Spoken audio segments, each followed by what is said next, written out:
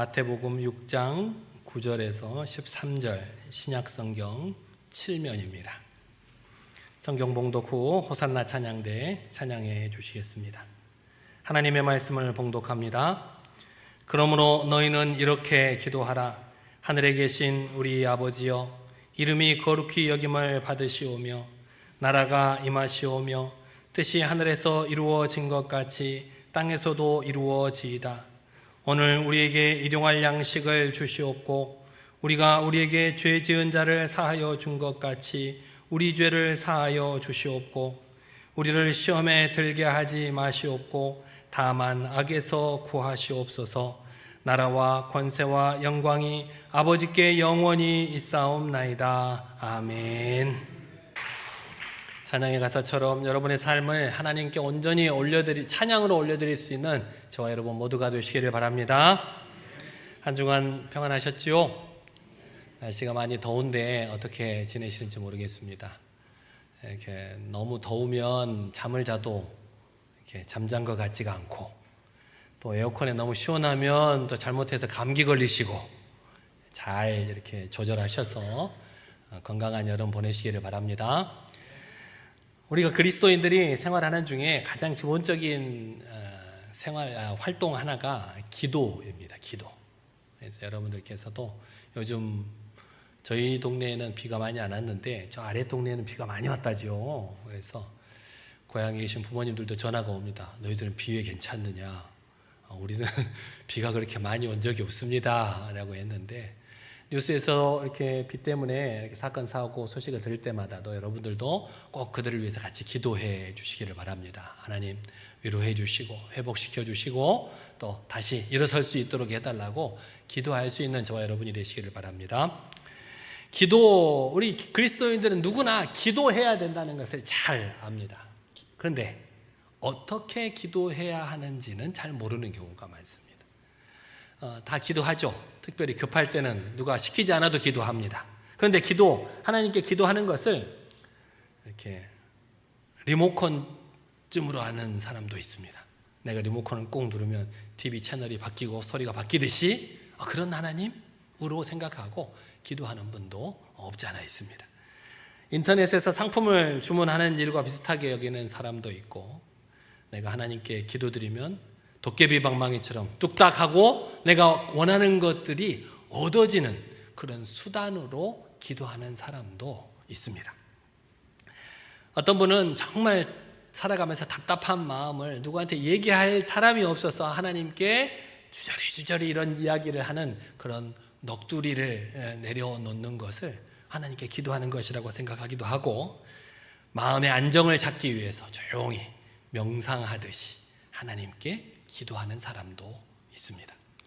여러 가지 기도가 실제로는 우리가 드리는 기도 안에 다 있습니다. 하지만 그 기도를 이렇게 단편적으로 생각하는 것은 우리가 기도에 대해서 잘못 알고 있기 때문입니다.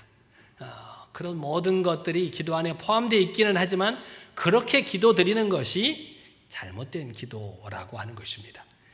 예수님께서도 기도를 참 중요하게 생각하셨습니다. 이 땅에서 3년 동안 공생애를 사시면서 공생애로 사시기 시작하면서 기도하셨고, 마치실 때도 기도하셨습니다. 12제자를 뽑을 때도 먼저 기도하셨고, 또 제자들을 전도 여행을 둘씩 짝지어서 전도 여행을 보내고 나서도 그들이 걱정돼서 기도하셨습니다.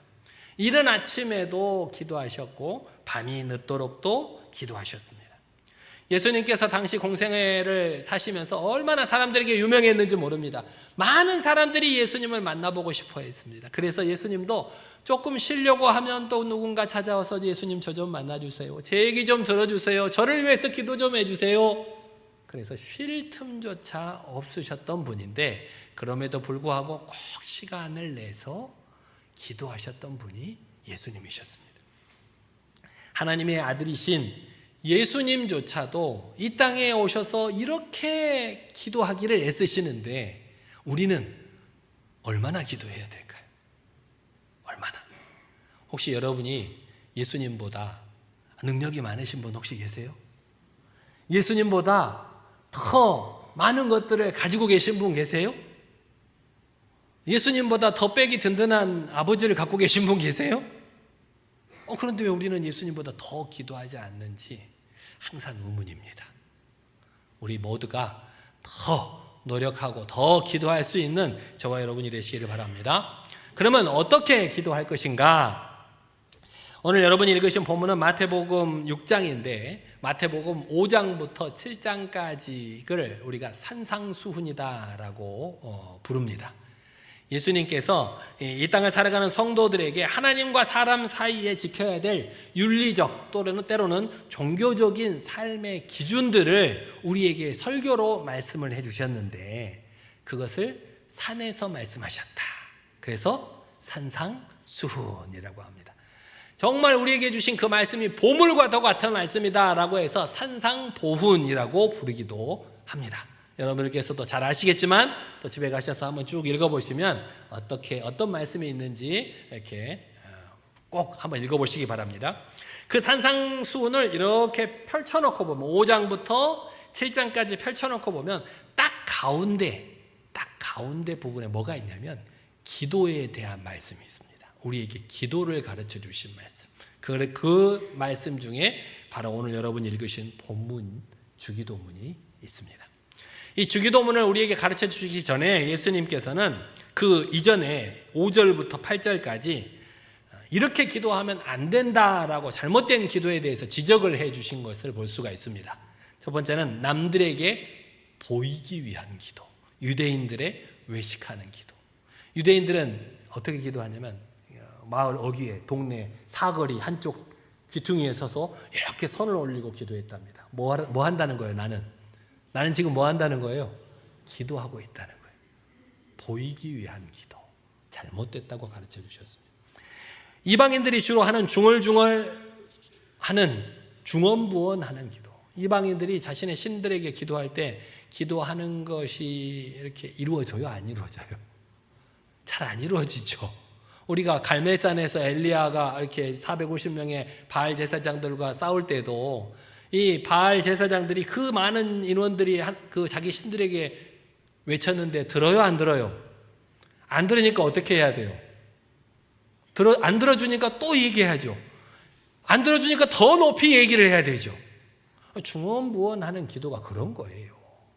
우리가 하나님의 뜻을 알고 기도하는 것이 아니라 그저 내 기도 들어달라고, 내 요구를 들어달라고 계속 되뇌이는 기도, 이방인들의 기도, 그런 기도가 잘못되었다. 그러므로 너희는 이렇게 기도하라 라고 가르쳐 주신 것이 오늘 주님께서 가르쳐 주신 기도, 일명 주기도문입니다. 주기도문. 제가 청년 때 섬기던 교회에서 노 권사님들이 이렇게 옛날 말씀을 좀 해주실 때가 있었는데 권사님들이 권사 임명을 처음 받고 나서 대표 기도하는 게 그렇게 어려우셨대요. 대표 기도하는 게. 지금도 여러분 어려워하시는 분 많으시죠? 예. 제가 이전에 담당했던 교회에서도 제가 오랫동안 예배위원회를 담당하고 있어서 권사님들을 한 달 전부터 이렇게 기도 순서를 확인을 하고 이렇게 약속을 합니다. 그런데 기도 못하겠다는 분이 은근히 많아요. 목사님, 다리가 후들려서 기도를 못해요. 전 앞에 나가기만 하면 두 다리가 벌벌 떨려요. 진짜로 쓰러진 적도 있어요, 예전에. 진짜인지 아닌지는 모르겠지만. 목사님, 앞에 가면 심장이 콩닥콩닥거려서 기도할 수가 없어요. 목사님, 어떻게 기도할지 모르겠어요. 제가 기도문을 다 써가지고 크게 이렇게 인쇄해가지고 드릴 테니까 그거를 읽으시기만 된다고. 그러면 목사님 앞에 가면 앞이 캄캄해져서 안 보여요. 온갖 핑계가 많아요. 정말 너무 힘들고 어려워서 기도를 못 하시는 분도 계세요. 그래서 다음에는 내가 이번에 기도는 그 다음 순서로 넘길 테니까 꼭 다음번에는 기도하기로 약속합시다. 그렇게 해서 넘겨드리는 분도 있어요. 제가 장부에 적어놔요. 제가 오랫동안 이렇게 예배위원회를 담당하다 보니까 3년 전에 몇 월 며칠에 누가 기도했는지 저에게 다 있어요. 기도를 못한 분은 딱 표시를 해놔요. 이분은 이런 이유 때문에 기도를 못하고 다음에 꼭 기도하기로 약속했다. 그래서 그 다음 기도 순서가 오면 권사님 또 기도 순서가 왔어요. 지난번에 저하고 이렇게 약속하셨는데 이번에는 꼭 하셔야 되죠. 미안해서 이제 목사님이 그렇게 얘기하시는데 죄송해서 해보려고 노력을 하셔요. 기도문을 써드리고 우여곡절 끝에 기도를 잘 하고 내려오시면 제가 두 손을 들어서 축하를 해드립니다. 권사님 기도 너무 잘하셨어요. 실수를 해도 권사님 말 조금 더듬어도 그게 더 은혜로웠어요. 더 은혜로웠어. 감동이 돼서 눈물 흘리는 것 같았어요. 그렇게 이제 칭찬을 해드리면 다음번에는 혼자서도 기도를 하실 수 있더라고요. 여러분들도 기도 못 하시는 분은 저한테 찾아오세요. 우리 노 권사님이 청년 때 다니던 교회 노 권사님들도 그렇게 기도가 어려우셨다는데 담임 목사님께서 그런 권사님들을 훈련시켜 주셨대요. 새벽 기도 때. 자, 새로 권사 임명을 받은 사람들은 다 새벽 기도 나오십시오 라고 말씀하셔서 무작위로 기도를 시키셨대요. 어느 권사님 기도하세요. 근데 그 나이도 기도를 잘 못하시는 분 기도를 할 수 있었을까요? 못했을까요? 못했어요. 못하면 목사님이 어떻게 했을까요? 그 다음 날도 또 그분에게 기도를 시켜요. 또 그날도 못하면 그 다음 날도 기도를 시켜요. 나 같으면 기도를 안 했을 텐데 새벽 기도를 안 나오면 되잖아요. 근데 우리 권사님들이 믿음은 좋으셔서 또 새벽 기도에 빠지지 않고 나오셔요. 그런데 또 시키고 또 시키고 그러니까 그 부담감이 엄청 심했지만 나중에는 그런 훈련 때문에 기도를 할 수 있었대요. 어떤 분은 정말 기도하실 수가 없었대요. 뭔 말을 할지도 모르겠고 그런 분들은 목사님이 주기도문으로 기도를 하라고 훈련을 시켰어요. 정 안 되겠으면 주기도문으로 기도하고 내려와라. 왜냐하면 주기도문은 주님께서 우리에게 직접 가르쳐 주신 특별한 기도이고 모든 기도의 모범이 되기 때문입니다. 그래서 여러분들께서도 뭐라고 기도하실 수 없을 것 같을 때 주기도문으로 기도하시면 돼요. 우리가 만약에 성경을 열심히 읽고 듣고 묵상하고 여러분들도 잘 하시고 계시겠지만 이 성경을 읽을 수가 없는 상황에 처해 있다면 여러분이 주기도문 하나만 암송하고 있어도 하나님의 참 백성, 거룩한 백성으로 살아갈 수가 있을 것입니다. 그냥 우리가 하는 듯이 늘 하듯이 주기도문을 기계적으로 암송하는 것이 아니라 그 내용, 그 정신, 그 뜻하시는 것이 뭔지를 잘 알고 꾸준히 기도하고 기도하는 대로 살아간다면 여러분들도 분명히 하나님의 참된 제자가 되어 있을 것입니다. 꼭 그렇게 하시기를 바랍니다. 그래서 우리 그리스도인, 특별히 세례를 받기 전에는 꼭 뭐를 시킵니까? 주기도문과 사도신경을 외울 수 있게 시킵니다. 요즘은 뭐 이렇게 학습이 따로 없고 바로 세례 문답 받고 세례를 받지만 예전에 저희들 때만 해도 학습이 따로 있었잖아요. 학습을 받고 거기서 통과 못하면 그 다음 때까지 기다려야 돼. 다시 또 시험을 봐야 돼. 시험 볼 때 꼭 확인하는 게 뭐예요? 주기도문하고 사도신경을 잘 외우는지 못 외우는지 그 자리에서 외워보라고 시키셨어요. 그래서 우리는 지금 잘 외우고 있죠. 저와 여러분들 모두 다. 그런데 저는 요즘 주기도문이나 사도신경을 외우지 않습니다. 외우지 않아요. 여러분들께서 느끼셨을지 모르겠습니다만 예배 때 저희들이 늘 사도신경으로 신앙 고백을 하잖아요. 그럴 때 어떻던가요? 제가 약간 좀 느릿하게 신앙 고백을 합니다. 여러분들보다 조금 더 느릿하게 그리고 또박또박 읽습니다. 그래서 제가 예배 준비하는 것에 보면 사도신경이 이렇게 기록이 되어 있습니다. 그래서 그것을 보고 좀 느릿하게 또박또박 읽습니다. 못 외워서가 아니라 어느 때부턴가 주기도문이나 사도신경을 외우다 보니까 외우는 것에 집중을 하다 보니 그 다음에 뭐를 이렇게 외워도 우리가 이렇게 머릿속으로 생각을 하게 되잖아요. 그러다 보니까 그 사도신경에 들어있는 고백이 나의 신앙 고백이 돼야 되는데 신앙 고백을 생각하기보다는 외우기에 집중하더라는 거예요. 주기도문으로 기도를 하는데 그 기도 구절마다 하나님께서 뜻하시는 것, 원하시는 것이 무엇인지를 알고 그것이 내 마음의 깊은 고백이 돼야 되는데 외우는 데 집중하다 보니까 그런 생각을 못 하더라고요. 그래서 그때부터 내가 잘 외우기는 하지만 외워서는 안 되겠다. 물론 우리가 아까 말한 것처럼 성경을 볼 수 없을 때 그럴 때는 또 외워야 되니까 잘 외우기는 하지만 지금은 주기도문을 외우지 않고 이렇게 조금 천천히 그 뜻을 새기면서 읽고 있습니다. 조금 더 힘주어서. 그래서 오늘부터 제가 이제 주기도문을 좀 상세하게 살펴보고자 합니다. 주기도문의 각자 뜻하는 것이 무엇인가. 우리가 너무나도 잘 알고 잘 외우고 있는 주기도문이지만 그 구절 구절이 의미하는 바가 무엇인지 그 내용과 정신을 잘 배우고 그 배운 대로 기도하고 또 기도한 대로 우리의 일상의 삶을 살아간다면 우리는 언젠가 참된 그리스도인으로 변화되어 있을 것입니다. 꼭 그렇게 변화되는 저와 여러분 되시기를 바랍니다. 주기도문을 자세히 살펴보면 크게 네 부분으로 나누어져 있습니다. 먼저 하나님의 이름을 부르는 첫 번째 부분, 두 번째로는 세계의 아버지에 대한 청원, 아버지에게 드리는 청원 세 가지가 있고, 또 세 번째로는 세계의 우리를 위한 청원이 세 가지가 있습니다. 또 마지막으로는 송영이 붙어 있습니다.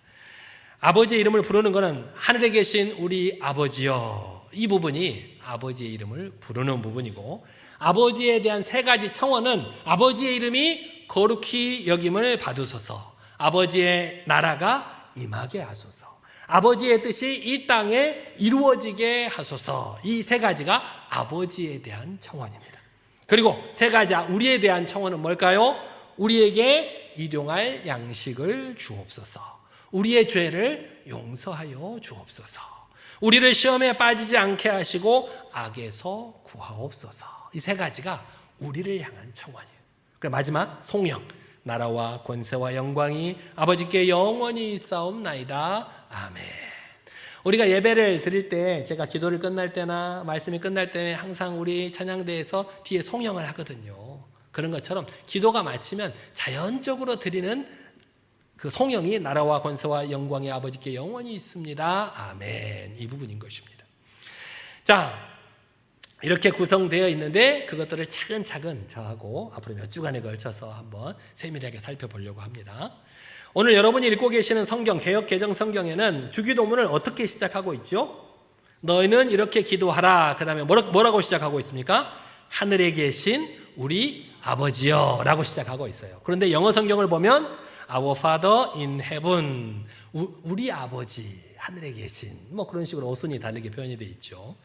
근데 이 성경의 원어, 헬라어 성경을 찾아보면 이렇게 기록이 되어 있습니다. 파테르 헤몬 호엔 토이스 우라노이스. 뭔 뜻일까요? 여러분이 금방 하신 말씀의 뜻이에요. 헬라어니까 우리가 사용하지 않는 언어니까 잘 모를 뿐이지. 뭐라고 시작으로 하고 있냐면, 어떤 단어로 시작하고 있냐면 파테르라고 하는 단어로 시작하고 있어요. 그 파테르라고 하는 단어가 뭐냐면 아버지. 파테르 뭐라고요? 아버지라고 하는 뜻이에요. 헬라어가 파테르, 아버지. 여러분이 지금 헬라어 하나 배우신 거예요. 히브리어를 하나 더 알려드릴게요. 히브리어로 아버지는 뭐냐면 아부. 따라해보세요. 아부. 벌써 2개 국어를 배우셨어요. 세 번째, 예수님께서 제자들에게 이렇게 기도하라라고 가르쳐 주시면서 가장 먼저 기도의 대상이신 하나님을 뭐라고 부르라고 가르쳐 주셨다고요? 아버지. 우리나라 성경으로는 뭐 아버지가 뒤에 있기도 하고, 영어 성경은 뭐 앞에 있기도 하고 하지만 원래 쓰여져 있던 헬라어 성경은 아버지, 파테르라는 단어가 가장 앞에 나와 있는 것을 볼 수가 있습니다. 하나님을 아버지로 부르는 것은 하나님과 우리 사이에 언약적인 관계를 나타내는 말입니다. 성경 곳곳에 이렇게 하나님과 우리 사이에 언약의 관계를 나타내는 단어들이 많이 있어요. 여러분들께서도 잘 알고 계십니다. 제가 퀴즈를 낼 테니까 한번 맞춰보세요.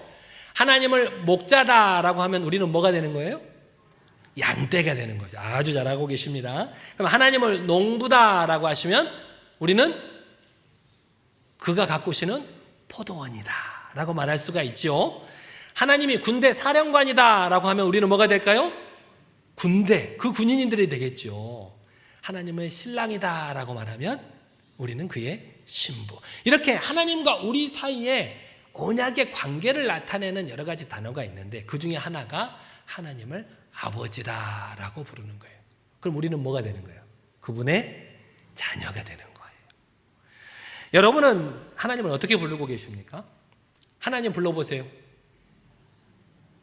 하나님 하고 부르시는 분도 계시고, 주여라고 부르시는 분도 계시고, 아버지라고 부르시는 분도 계시는데, 오늘은 특별히 하나님을 저랑 똑같이 아버지라고 불러보시겠습니다. 한번 불러보세요. 시작. 아버지. 조금 더 다시 한번 온 마음을 다해서 다시 한번 시작. 아버지. 아버지라고 불렀을 때 여러분은 어떤 느낌이 드세요? 우리가 하나님을 아버지라고 부를 때 우리도 모르게 우리 육신의 아버지에 대한 기억이 이 하나님께도 반영이 되게 돼 있어요. 그래서 육신의 아버지가 아버지 어렸을 때부터 아버지의 사랑과 보호를 받지 못하고 때로는 무관심, 학대, 때로는 이기심과 폭력에 노출된 사람은 하나님을 아버지라고 부르는데 좀 거리감을 느껴요. 친밀감을 못 느낀다는 거예요. 어렸을 때 받았던 그 상처가 기억이 나서 걸림돌이 돼서 아버지라고 부르는 호칭이 도무지 마음에 와 닿지도 않을 뿐더러 그 아버지라고 부르면 어렸을 때 받았던 그 고통이 생각나서 오히려 괴롭기까지 한 사람도 있어요. 하지만 어렸을 때부터 아버지의 사랑과 보호를 충분히 받으면서 자란 사람은 하나님을 아버지라고 부르는데 아무런 거리낌이 없어요. 친근하게 아버지라고 부를 수 있다는 거예요.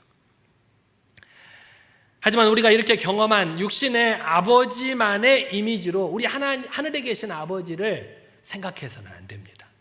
왜냐하면 우리 육신의 아버지는 완벽한 아버지가 아니기 때문이에요. 어떤 사람은 친근한 아버지일 수도 있고 어떤 사람에게는 근엄한 아버지, 어떤 사람에게는 정말 고통스러운 아버지일 수 있지만 우리 하늘에 계신 아버지는 그런 아버지가 아니라는 사실을 우리는 잊지 말아야 됩니다. 그래서 우리가 주기도문으로 기도할 때 아버지라고 부르면서 기도할 때 그 하늘 아버지가 어떤 아버지이신지를 배워야 하는 거예요. 그 하늘 아버지가. 그래야만 그 하늘 아버지를 아버지라고 마음속 깊이 부를 수 있고 제대로 기도할 수가 있다는 겁니다.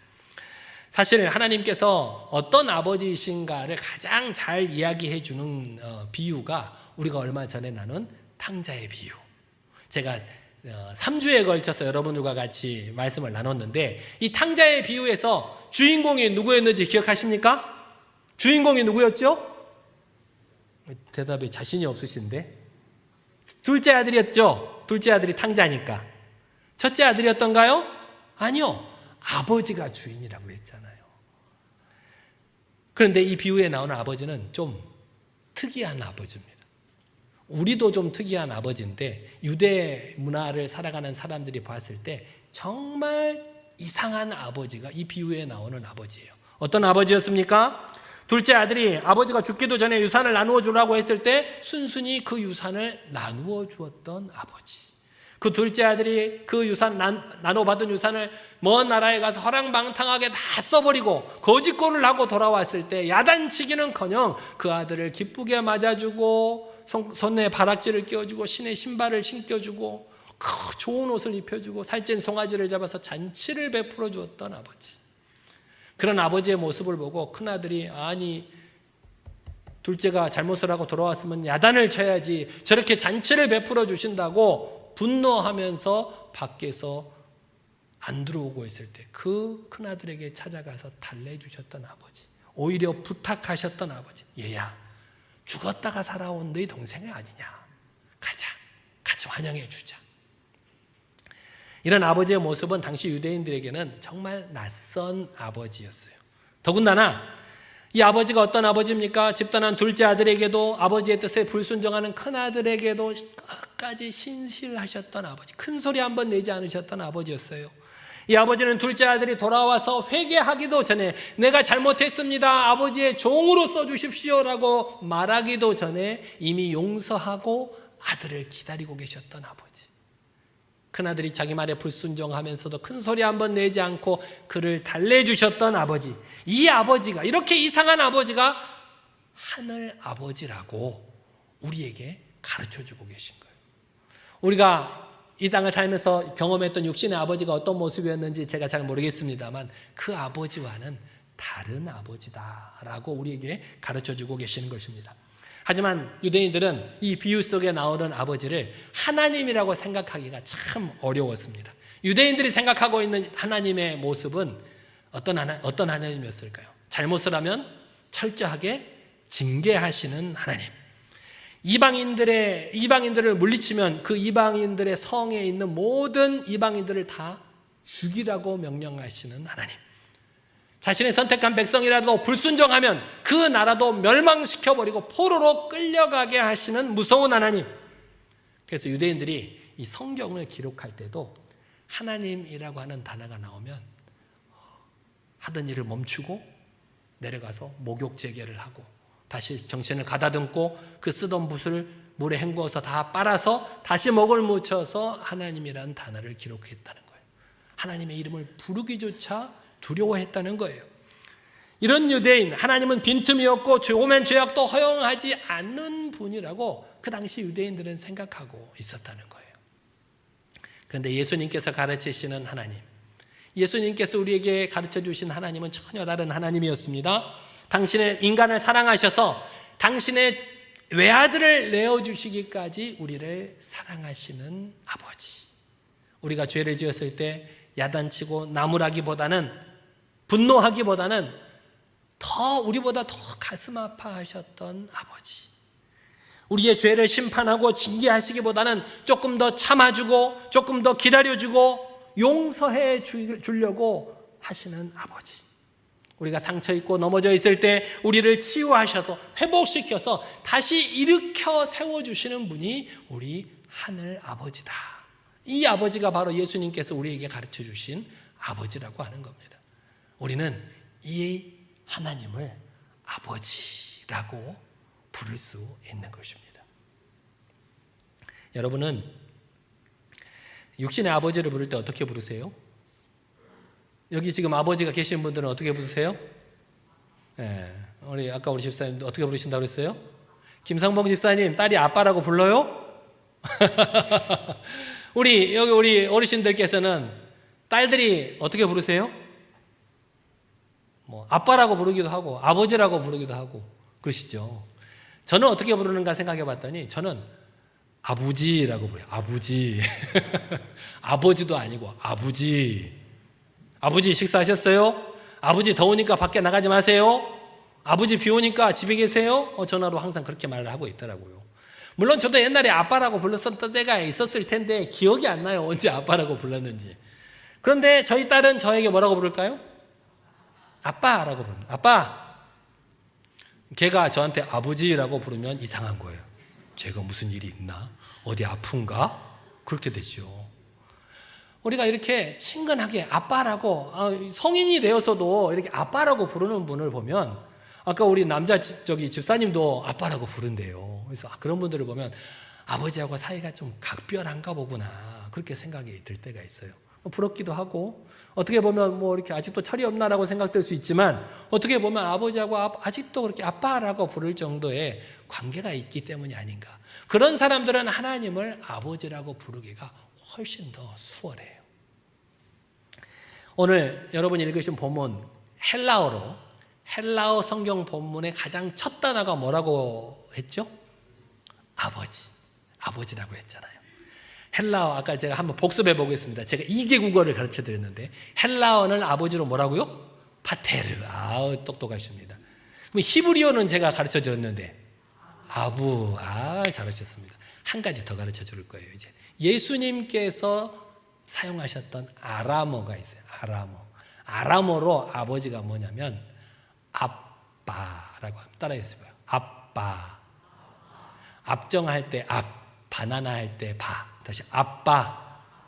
빨리 불러보세요. 아빠. 희한하게 우리 그 음성 그대로가 우리나라 말의 아빠하고 똑같아요. 아람어로 아버지라는 뜻이에요. 아버지를 친근하게 부르는 단어가 이 아빠라고 하는 거예요. 그래서 예수님께서 주기도문을 가르쳐 주실 때 하나님을 뭐라고 부르라고 하셨다고요? 아빠라고 부르라고 하셨어요. 아빠.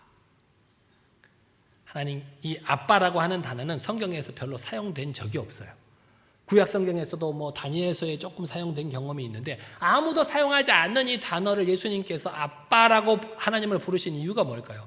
그만큼 하나님과 친밀한 관계임을 표현하고 있는 거예요. 신약 성경에도 아빠라고 하는 단어가 3번 사용이 됩니다. 여러분들 잘 아시겠지만 하나님을 아빠, 아버지라고 부른다라고 하는 거 기억하시죠? 거기에 아빠가 앞에 있는 아빠가 헬라어 아람어 아빠고 그 뒤에가 아람어를 잘 모르는 사람들에게 이 아빠의 뜻이 무엇인지 알려주기 위해서 뭐다? 아버지다. 그래서 아빠, 아버지라고 성경에 기록해 놓은 거예요. 왜 예수님께서 이렇게 하나님을 아빠라고 부르셨냐? 그만큼 친근한 관계임을 나타내 주신 거예요. 예수님께서 우리를 그 하나님을 보고 어떻게 부르라고 하셨다고요? 아빠, 아빠. 우리도 하나님을 그렇게 친근하게 부르라고 가르쳐 주셨다는 것입니다. 하나님이 어떤 분이십니까? 온 우주 만물을 창조하신 하나님. 그래서 죄인된 우리 인간은 그 앞에서 숨도 쉴 수 없는 그런 하나님인데 그 하나님을 아빠라고 부르시라고 했어요. 그 아빠가 어떤 아빠길래? 우리가 탕자의 비유에서 보았던 그 아버지, 유대인으로서 도저히 이상할 수밖에 없었던 그 아버지가 바로 하늘에 계신 우리 아버지라는 거예요. 그래서 그 아버지를 아빠라고 부르라고 시키셨다는 겁니다. 가끔 제 집사람이 저에게 아버지 어떻게 아버님과 그렇게 똑같냐라고 하는 말을 종종 합니다. 저는 처음에는 별로 그렇게 생각하지 않았는데 걸음걸이가 똑같다. 생긴 모습은 아버지 아들이니까 똑같을 수 있죠. 그런데 걸음걸이도 똑같다. 작은 습관조차도 똑같다는 거예요. 그래서 저는 저를 못 보니까 정말 그런가? 왜냐하면 저는 누구의 DNA를 가지고 태어난 아들이니까? 아버지의 DNA를 가지고 태어난 아들이니까 그럴 수밖에 없죠. 어려서부터 아버지랑 자라면서 아버지가 하는 생각, 아버지가 생각하고 있는 가치관, 말하는 것, 걸음걸이조차도 비슷하게 닮아간다는 거예요. 그런데 우리 하늘 아버지께서도 우리에게 물려주신 게 있어요. 뭘 물려주셨냐? 아버지의 형상을 물려주셨어요. 우리를 뭘로 창조하셨다고요? 아버지의 형상대로. 겉모습만이 말하는 게 아니라 우리의 성품까지도 하나님께서 가지고 계신 성품을 우리에게 물려주셨다는 거예요. 그래서 하나님의 DNA, 하나님의 형상을 회복하는 사람은 가면 갈수록 누구를 닮아갈까요? 하나님을 닮아갈 수밖에 없다는 거예요. 우리가 이렇게 하나님께서 물려주신 DNA를 하나님과 친밀하게 지내면서 또 하나님께 기도하면서 지내면 언젠가는 우리의 모습 속에서 하나님의 모습을 발견하게 될 것입니다. 예수님께서도 주기도문을 가르쳐 주시면서 하나님을 아빠라고 부르게 하신 것은 이 땅에서 우리가 경험할 수 있는 아버지의 기억을 내려놓고 새로운 하늘 아버지를 만나라는 뜻이에요. 만나라는 뜻. 우리에게 당신의 형상을 물려주시고 그분을 닮아갈 수 있도록 하신 그 하나님의 놀라운 섭리를 깨닫고 예수 그리스도 안에서 그분을 인격적으로 만나서 그 뜻대로 살아가라는 뜻이 있다는 사실을 잊지 마시기를 바랍니다. 여러분에게는 어떤 아버지가 계십니까? 지금 살아계시는 분도 계시고 이미 돌아가셔서 하늘나라에 계신 분도 계시겠지만 하늘나라에 돌아가셨어도 여전히 여러분 마음속에 아버지에 대한 기억이 있으실 것입니다. 우리 아버지가 이랬지 저랬지. 여러분의 아버지가 살아계시든 돌아가셨든 아버지를 생각했을 때 어떤 마음이 드십니까? 제가 아까 설교 초반에 다 같이 아버지라고 불러보게 시켰는데 아버지라고 불렀을 때 어떤 마음이 드시던가요? 어떤 분은 무척이나 그리운 마음이 들 수도 있고 어떤 분은 마음이 아리고 아픈 분도 계실 것입니다. 또 어떤 분은 그냥 무덤덤한 분도 계실 수 있습니다.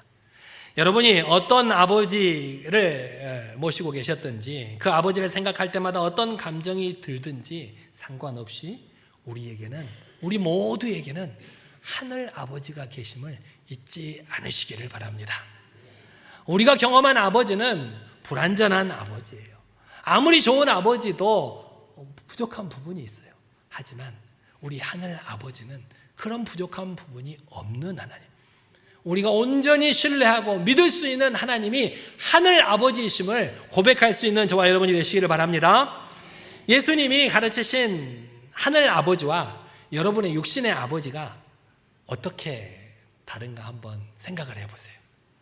우리 아빠, 우리 아버지와 하늘 아버지가 어떻게 다른가 곰곰이 한번 생각을 해보시고 나는 어떻게 하면 하늘 아버지를 더 닮아갈 수 있을까? 한번 결단해 보시기 바랍니다. 하늘 아버지와 내 육신의 아버지가 어떻게 다른가를 한번 생각해 보고, 나는 어떻게 하면 그 하늘 아버지를 좀 더 닮아갈 수 있을지를 결단하시고 저한테도 한번 알려주시면 좋겠어요. 궁금해요. 여러분은 어떤 결단을 하시는지 꼭 알려주시기 바랍니다. 우리가 온 우주 만물을 창조하신 전능하신 하나님을 직접 대면하는 것이 정말 두렵고 떨리는 일입니다. 예수 그리스도 안에서, 그런데 그분을 아빠라고 친근하게 부를 수 있는 저와 여러분이 되시기를 바랍니다. 하나님을 너무 어렵게만 생각하지 마시고 하나님을 아빠라고 다 같이 한번 불러보시겠습니다. 시작. 아빠. 오늘 충분히 한번 원 없이 불러볼까요? 다시 한번 아빠. 하나님을 아빠라고 부르고 하나님을 매일 그 아버지와 사귀고 섬김을 가지신다면 머지않아서 여러분들의 모습에서 그 하나님의 모습을 찾아볼 수 있을 줄 믿습니다. 우리뿐만 아니라 우리를 바라보는 주변의 모든 사람들도 우리를 보고 누가 생각날까요? 아빠가 생각나겠죠. 저희 집사람이 저를 보고 어떻게 아버님하고 똑같냐고 말하는 것처럼 세상 사람들이 여러분을 보고 어떻게 하나님과 저렇게 닮을 수 있을까? 그런 소리를 들을 수 있는 저와 여러분 모두가 되시기를 바랍니다. 그렇게 하나님을 아빠라고 부르며 기도하시고 기도한 대로 살아감으로 하나님을 점점 닮아가는 저와 여러분 모두가 되시기를 간절히 기도합니다. 기도하겠습니다. 이 시간 잠시 한 목소리로 기도하겠습니다. 하나님, 이 시간 그동안 내가 나의 욕심과 나의 뜻대로 기도했던 지난 날들을 회개하오니 용서하여 주시옵소서. 주님께서 가르쳐 주신 기도대로 바르게 기도하지 못하고 그저 외우기에 급급했던 나를 용서하여 주시옵소서. 우리에게 물려주신 하나님의 형상을 회복하고 하나님의 자녀답게 기도하고 기도한 대로 살아갈 수 있도록 우리를 인도해 달라고 이 시간 우리 하나님 앞에 간절히 한 목소리로 기도하겠습니다. 능력의 하나님 아버지, 이 시간도 우리를 주님의 백성으로 삼아주시고 주님의 전으로 나와서 예배함으로 또 주님의 말씀을 듣고 읽고 깨닫게 하심에 감사를 드립니다. 아버지 하나님, 그동안 내가 하나님께 기도를 하면서도 나의 욕심과 나의 뜻대로 기도했던 어리석은 지난 날을 용서하여 주시옵소서. 남에게 보이려고 했던 기도, 중언부언했던 기도가 아니라 진정 하나님께서 원하시는 기도 아버지 드릴 수 있는 우리가 될 수 있도록 인도하여 주시옵소서. 주님께서 우리에게 바르게 기도하라고 가르쳐 주신 주기도문이 있지만 우리가 그 주기도문을 외우고 늘 기도하면서도 그 뜻을 제대로 파악하지 못하고 그저 외우기에 급급했던 지난 날을 용서하여 주시옵소서. 주기도문에 서식해 있는 아버지 한 구절마다 그 뜻과 의미를 다시 한번 기억하게 하시고 그 뜻대로 기도하고 그 뜻대로 아버지 살아갈 수 있는 우리가 될 수 있도록 인도하여 주시옵소서. 우리에게 물려주신 하나님의 거룩하신 형상을 회복하고 하나님의 자녀답게 기도하고 기도한 대로 살아갈 수 있도록 우리를 인도하여 주시옵소서. 주님께서 함께하여 주실 줄 믿사옵나이다. 하늘에 계신 우리 아버지, 주님께서 우리에게 가르쳐 주신 기도로 바르게 기도하지 못하고 나의 욕심대로 기도했던 지난 날을 용서하여 주옵소서. 우리의 아버지가 되시는 하나님을 참되게 알게 하시고 하나님께서 우리의 아빠가 되심을 고백하며 그 아버지의 사랑 안에서 기도할 수 있도록 인도하여 주옵소서. 저 세상을 살아가면서도 우리의 생각과 말과 행실에서 그 아버지의 모습을 찾아볼 수 있도록 우리를 인도하여 주옵소서. 예수님의 이름으로 기도드리옵나이다. 아멘.